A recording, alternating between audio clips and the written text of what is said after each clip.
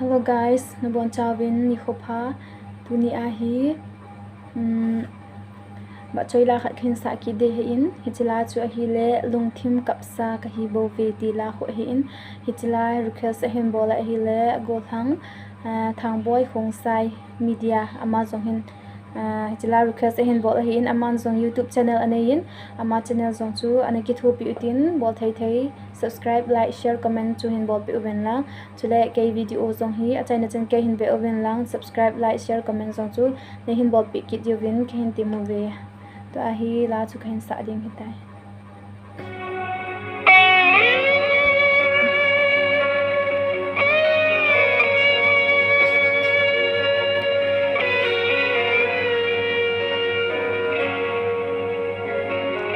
ka khol zina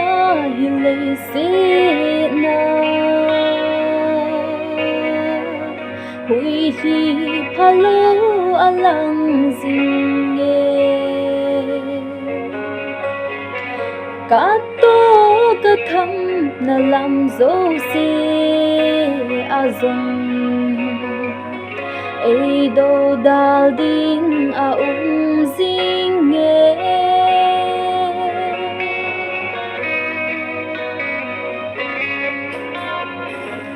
thấy khăm mà cả bộ hồ dung đêm na lê xí na riêng bồ lung thêm anh an à xây đô thấy gì lâu lung thêm cặp xa cả lê hin khô lung thêm cặp xa cả hi bô về mai khai xưa băng nghìn cái lăng rong lên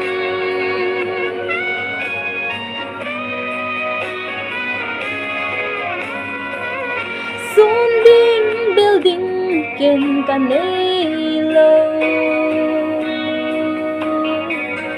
đô đinh tuân đinh dòng kén nay lâu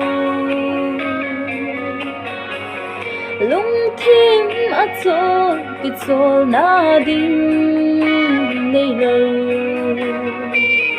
lung thêm cặp xa sang ga hin khô lung thêm cặp xa cả hi bô về mai khai xưa băng nghìn cái lăng rong lên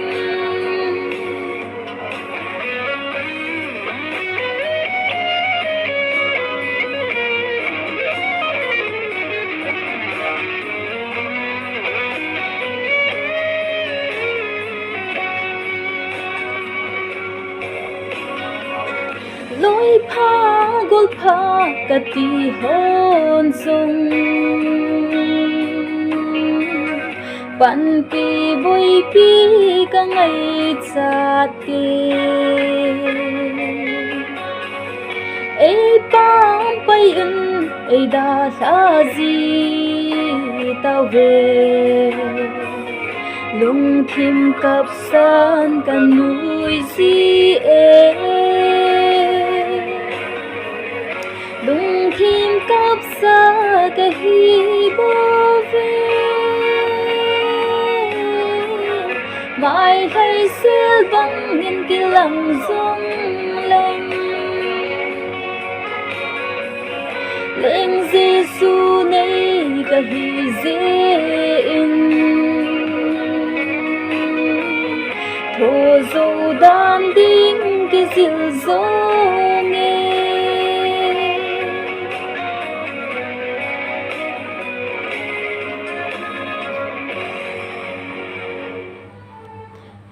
Hello guys, thank you for watching my video. Bye bye.